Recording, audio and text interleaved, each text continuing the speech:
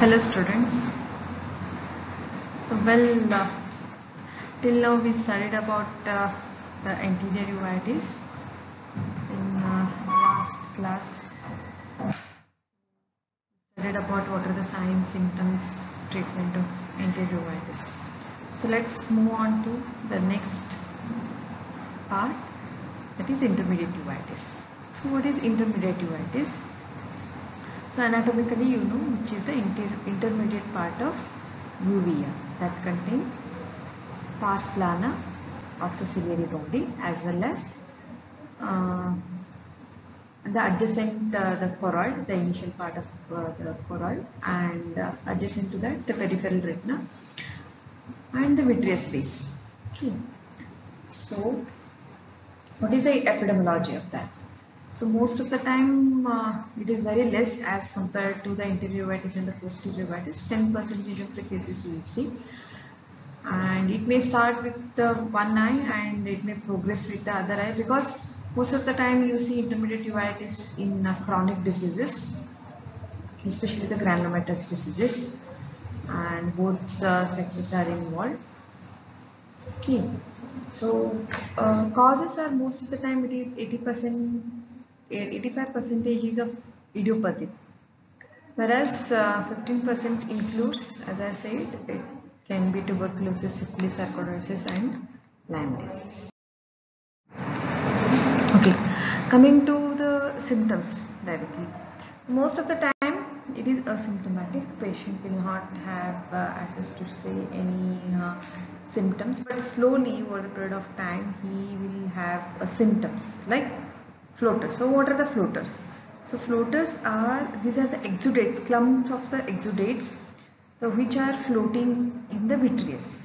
Okay, so they cast a shadow on the retina.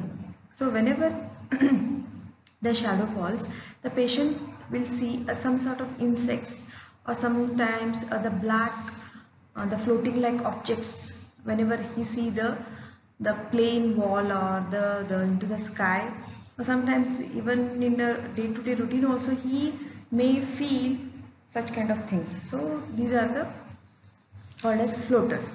Okay, so obviously when vitreous is he will have a blurring vision. So associated as adjacent ciliary body is involved, we have a mild deep throbbing pain with circumciliary congestion, photophobia. But photophobia is comparatively it is less, as because the main ciliary body is not involved. That's fine. Okay. Then the anterior segment signs. So again you can see some sort of flare and cells. It may be because of the spillover from this intermediate uvea, and even capes, few granulomatous capes bole to mutton fat capes will be there in the inferior part of your endothelium of cornea. Then again in the later stage you can see the complicated cataract. Fine.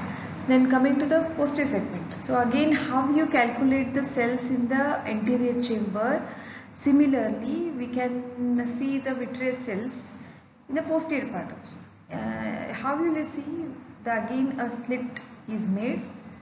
Patient is made to sit on the slit lamp chair, and very mild slit is made, but the slit lamp has a the modality of angulation. So at 45 to 60 degree of angulation, you can see the anterior part of the vitreous very clearly. So there you can make out the cells and the cells in the anterior part. So depending upon the severity, you can grade it from +1 to +4. Okay, so +1 is a milder form, whereas a +4 is very dense or severe.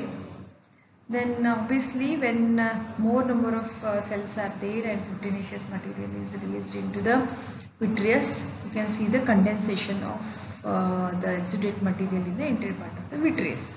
Okay, so initially these exudations are collected in the form of balls. Okay, so looks like a cotton balls or the snow balls. Especially in the inferior quadrant, you can see when you see with the indirect ophthalmoscope with well dilated pupil. Why? Because in the inferior quadrant, because of obviously it is gravity. Then later on it may involve a 360 area of your intermediate area. Okay, so when these balls join together, they form a bank-like a structure. That is the more dense part. Okay, so that looks like a very gray-white fibroscular plaque in the pars plana. So it may further leads into this severe vitreous opacity. So in the picture you can make out when the slit lamp is made. So it is the greenish part, the interior part is the lens, and just adjacent to that is the black shadow is there. In that you can see the whitish particles like things. So those are the vitreous cells. Okay. So when the next picture you can see it is the blackish things. Okay. So that is mainly the vitreous base thing. We will see the scarring of the choroid. Okay, and the first picture shows the snowbank, that is a condensed part of your exudate. It's like a bank like a thing, whereas the adjacent to that you can see the clumps in the form of the clumps, cotton wool like structures. So those are the vitreous balls. Okay, so as such, whenever you look through the vitreous or indirect or direct ophthalmoscopy is there, you can see these pictures very clearly. So depending upon the vitreous, that is the haze, you can severity, the vitreous becomes haze. Okay, you can't see the posterior structures clearly. Depending upon that, how much you can see the structures like disc and the vessels, you can grade from mild haze to severe haze. Okay. Next, coming to the treatment. The treatment as such in the intravitreous, the retina is very least involved. Okay, so the prognosis, visual prognosis is very good if you timely start the treatment. So you can start the periocular or the systemic steroids, oral you can start, or injectable. The periocular in the sense you are injecting the steroids either subtenon or in subcutaneous also, and you have nowadays the chip like things which are inserted, which release these steroids continuously. Okay, these are called as the depots of steroids, which are placed in the subtenon's place, which continuously release the steroid into the eye.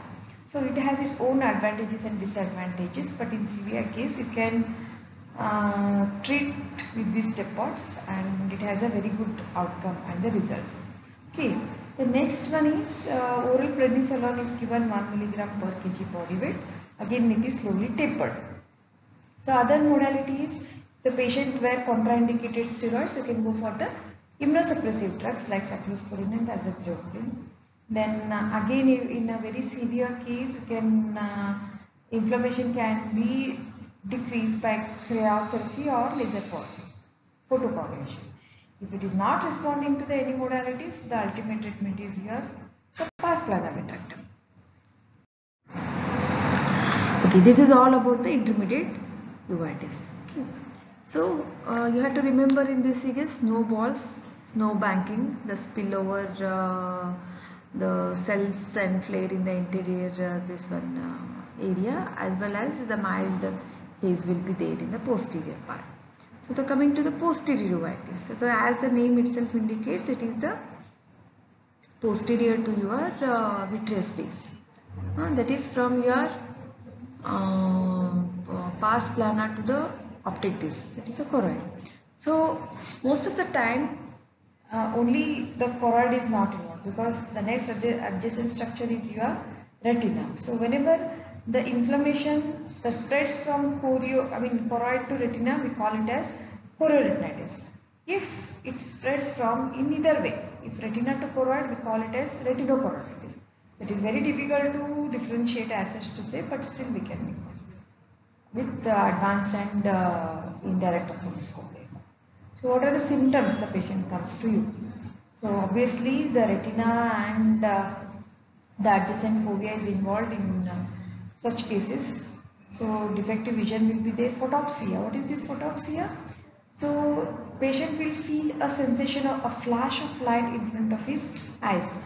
It is not continuous. It is come in in episodes whenever there is a irritation of the retina, because the sensory nerves are get irritated by the inflammatory cells, and that's why he feels a flash of light. Again, the floaters will be there, as I told you, in the intermediate uveitis. Next is a metamorphopsia. What do you mean by the metamorphopsia? The objects look bigger comparatively to the normal size. Why? Because it is due to the crowding of these cone cells at the fovea. Whereas micropsia, where the object is seen smaller because the dispersion of these cones, because of the edema at the fovea, at the macular region. Then positive scotoma, because of the scarring and all, the scotomas appears to be big. Some the unseen or the shadow area the patient can make out in a visual. Then what are the signs? Yes, entry segment signs can be there, but in a very few signs and symptoms will be there. Fine KPs you can make out. Some sort of spillover cells and flares will be there. And vitreous opacities, fine and coarse. Sometimes low ball opacities in the vitreous you can make out. Then there can be an active part and the passive part, or the healed part of choroiditis. Active part means whenever the choroid is involved, it can be focal choroiditis, because only the single part of choroid may be involved. Multifocal means many in many areas you can see the foci of inflammation. Diffuse means the entire choroid is involved. The focal, a single, especially you can see in the toxoplasmosis near the fovea or the macula. Okay. So there will be a pale yellow or a dirty white lesion where the edges are very blurred and elevated, and the adjacent area is also edematous. The retina and the structures like the vessels and all, they can be very hazy and tortuous. Okay. Or it can be healed patch. Healed patch in the sense, if over the period of time when the choroid is get healed, you can see the yellowish white flat pigmented area with the edges are very sharply defined, and as choroid is rich with melanin pigment, these pigments are seen at the edge of your healed patches. Okay, as I told you, there are three types. It can be a focal choroiditis, multifocal choroiditis, or the choroiditis. So you can see the white the pictures, the clumpy pictures in the posterior part of the retina. So these are the choroiditis, that is multifocal choroiditis. So it is, obviously you can make out in the last slide key the pigmented areas are there, those are, and sharply defined edges were there. So those are because of the old healed patches of choroiditis. So what is the complications? Yes, the vitreous becomes undergoes a degeneration leading to the liquefaction, and the complicated cataract will be there, and there can be a macular edema. Then the treatment is again the same, the periocular or the systemic steroids or the immunosuppressives you can use. And what is underlying cause you have to make out first. Okay, so you have to go for the investigations first, like X-ray, then some skin test you have to go for, then some blood test you have to undergo. So diagnose the underlying disease first, treat the underlying disease first, and then these steroids and immunosuppressives will be helpful. Okay, so if it is a TB, you have to treat the TB. Toxoplasmosis is there, you have to treat it. If it is a sarcoidosis is there, you have to treat it. So depending upon that, your treatment modalities change.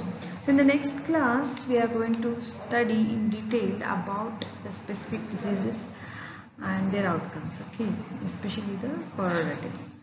So thank you one and all. Your topic is, assignment is you have to write what is intermediate uveitis, what are the causes, signs and symptoms, and next is the posterior uveitis, enumerate the causes, classification, signs and symptoms. Okay, thank you one and all, enjoy that.